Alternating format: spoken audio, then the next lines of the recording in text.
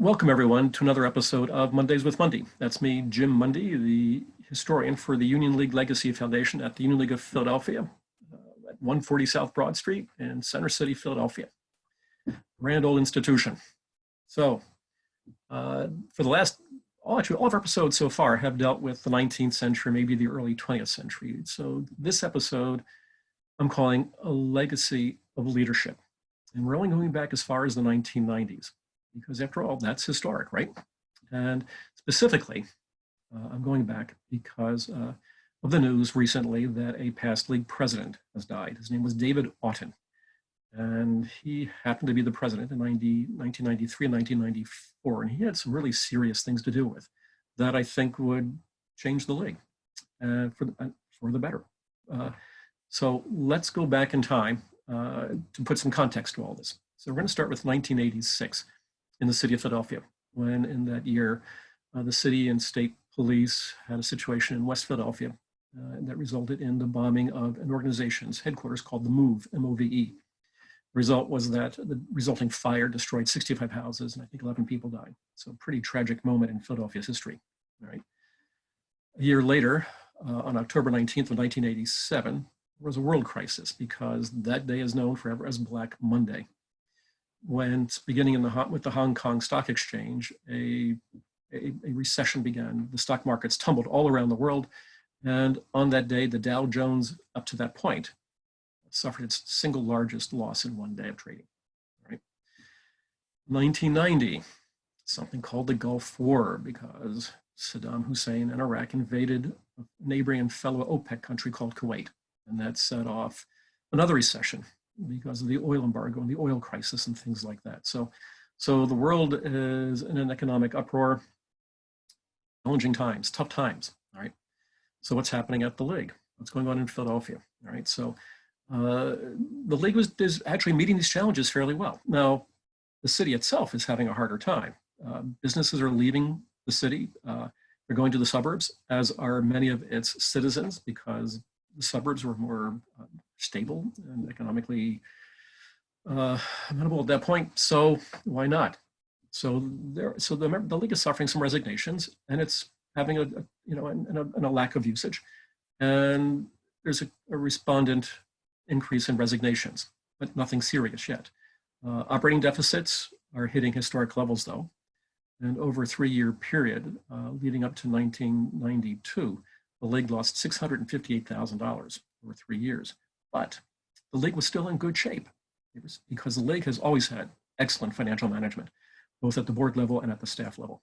And Stan Orr, the general manager, really put his, the pedal to the metal, so to speak, and the league was still hanging on there. I mean, it really was. But along comes the year 1993, when our most favorite government or institution called the IRS decided to eliminate tax dues or eliminate club dues as a business deduction, tax deduction. And they reduced the lunch deduction by 50%, or the food and beverage deduction by 50%. So that created some shockwaves. But we're going to go back to 1992 because that is when our story will take a change, right? So in 1992, Ed Rendell becomes the mayor of Philadelphia, right? And what was he facing as the mayor? He was facing annual budget deficits of $250 million, which were astounding. He was facing the fact that of the largest 50 cities in America, Philadelphia had the lowest municipal bond rating, and Philadelphia was the 4th largest city in the country at the time, right?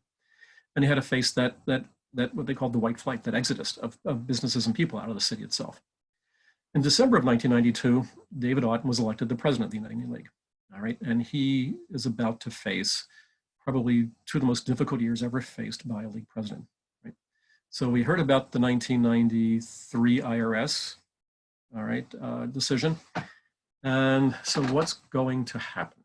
How is Dave Auten? Now, at this point, the ship is still upright. The ship is floating. It's heading upstream, all right?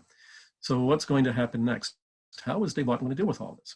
And Dave Auten was an incredibly calm, resolute leader.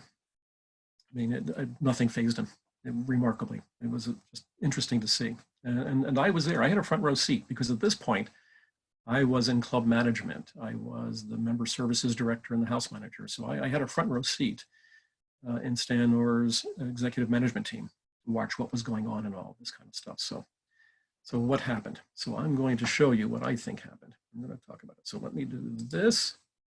I am going to show you this. All right. Okay. So again, with these deficits, with this problem of being in a city that's not in good shape, how did Dave Auten respond? And this is a quote from his president's letter in the 1994 annual report, okay? Which means this is how the year began, because he's looking back over 1994, as you can read. The external forces that led to a decline in members and usage of our facilities have not changed, but the Union League itself has. Clubs don't change very easily. They're fairly conservative by nature, right? And I think that would have been true of the league back then, to be perfectly honest. But things had to change. And so 1994, with David Auten's leadership, was declared the year of membership, because membership was the single most pressing problem and issue at the time, right? By 1994, the league's membership over the previous 4 years, 3 to 4 years, had declined in total by 20.4%. The active role membership, and remember the active role is the largest and the most important whose income role we have. The active role membership had declined by 35.9%, right? So there are some economic issues to deal with here, right? So how do they deal with it? And again, 1994, the year of membership.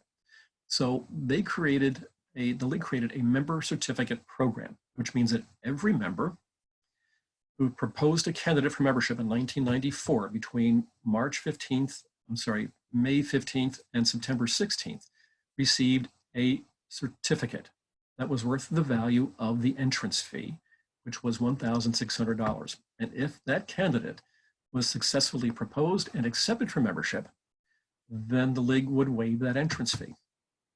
Pretty good deal, right? Okay. Over 700 candidates were proposed for membership in that time frame, and over 700 candidates were accepted for membership. All right. The admissions committee didn't change anything about the way it operated. It didn't change its standards. It worked the way it always had worked. So nothing changed there. All right. So these were good quality candidates coming into the league. Right. So we have a whole new generation of league members being admitted in 1994 and 1995. And that program was so successful that those 700 plus new members were given a certificate of their own to pass on to a candidate whom they might propose and who might make it through the membership process. So that was the genius that I think in 1994 really helped save the league at that point in time. I mean, it was revolutionary, for a private club. A few other private clubs had tried similar programs, but none of them had ever been as successful as the Union Leagues of Philadelphia.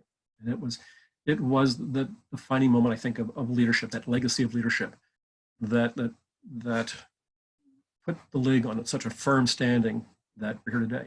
So now the other thing that Dave Auten did is that in 1993, he created a strategic planning committee. All right. And that strategic planning committee recommended the creation of a 501c3 nonprofit. That is, it's a tax vehicle where donations are made to that nonprofit organization, and in return, the donor gets a tax deduction on their income tax. And in return, that 1993 recommendation would lead to the creation of the Abraham Lincoln Foundation in 1996, and of course has led to the Legacy Foundation of today. Okay, so and then the Strategic Planning Committee itself would create and would live well beyond 1993, 1994, and it would be adopted by the next incoming president of Dave Auten, Robert Miller, and that committee would create something called Vision 2000, which is the strategic plan that the league is running on to this very day. But there's something else about Dave Auten too that's really kind of fun, because Dave Auten had a wickedly good sense of humor, absolutely a marvelous sense of humor. And I can remember it was April the 1st of 1994, and it was April Fool's Day. And so with the help of Betty Rasher, Stan Orr's admin assistant. Stan Orr's a general manager. And I mean, he is working hard to keep this league going. I mean, he really was. But Stan Orr was a Cornell University hotelie through the School of Hotel and Restaurant Management. He spent most of his career in corporate hospitality, like the Marriott Corporation and places like that. But he was also the general manager of the Firestone Country Club, for instance, once upon a time. So, but Stan had a certain dislike for unions, shall we say. He hated them a lot. So our little April Fool's joke involved Dave Auten. And he embraced it. He loved it because the idea was that Dave Auten, from his law office at Reed Smith, would send a fax, because that's what we had back then, saying, "Dear Stan, I just received a letter from a group of Union League employees who would like to start a union at the league."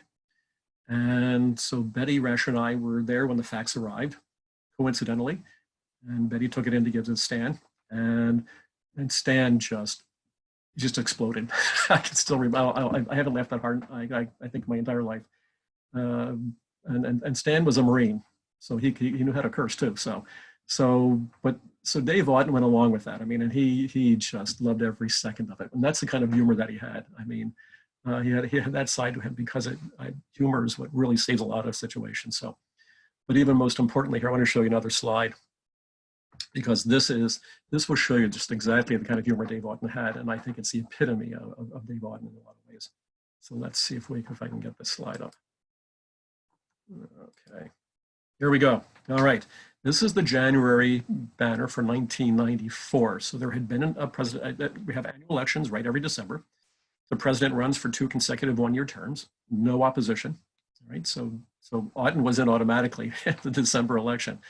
And this is the banner cover for January 1994. Because, normally the president gets on the front cover, right? So this is so the banner editor, Brian Case, went to Dave Auten and said, "Hey, I have this idea about a really fun cover you might appreciate." And Dave Auten just soaked it up and went with it all the way. So as you can see, 1994 election shocker, Dewey defeats Auten. And of course, that's a reference to the 1948 American presidential election, where the Republican candidate, Thomas Dewey, was predicted to just run over the Democratic candidate, Harry Truman, right? And of course, that's not what happened. But the newspapers at that time, I think it was the New York Tribune, published, or maybe it was the New York Times, it published, already pre-published a headline, front page that said, "Dewey defeats Truman." So, and of course, just the opposite happened. So this is, to me, just the epitome of Dave Auten's sense of humor. But it also goes to show what kind of an individual he was, which was a spectacular. He was just an amazing man. So you don't have to look far back in history to look for really important historical events that are important to institutions and people and things like that. So I would ask all of you, since most of you were not members in the 1990s, and I don't know how many of you as members even ever met Dave Auten, but I would encourage you to Google Dave Auten, do David Auten obituary, or go to legacy.com and read his obituary, and you'll see exactly what a wonderful man he was and what a great leader he was. And he established, I think, a legacy for leadership that has been the mainstay of the league ever since. So ladies and gentlemen, thank you for listening. Thank you for watching. I hope you found this one different. And please tune in next week for another episode of Mondays with Mundy, brought to you by the Union League Legacy Foundation. Thank you very much.